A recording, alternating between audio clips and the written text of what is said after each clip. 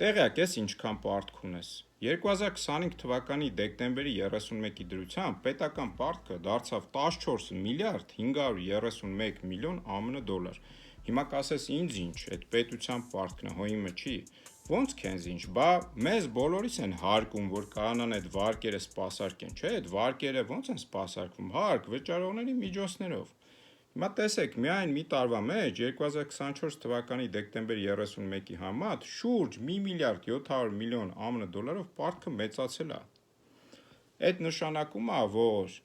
շատ ավելի փող են մեծ վերցրել, քան մի տարվա մեջ 1 միլիարդ 700 միլիոնը։ Հիմա կասեք, բա ոնց է այդքանով աճի, թե ավելի շատ են վերցրել։ Տեսեք, եթե դուք ինչ-որ X գումար եք պարտք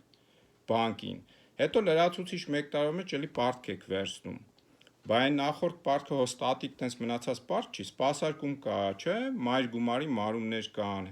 Այդ կնշանակի մի տարվա մեջ, երբ որ հասել ենք այս 14 միլիարդ 500 միլիոնին, շատ ավելի մեծ պարտք է վերցվել, քան 1 միլիարդ 700 միլիոնը։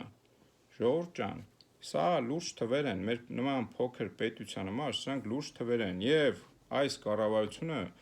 բավարար չափով կամ ընդհանրապես կարելի ասել հաշվետվողական չի, թե ինչ են անում այդ փողերը, միլիոններով, միլիարդներով իրենց պարգևավճարներ են վճարում։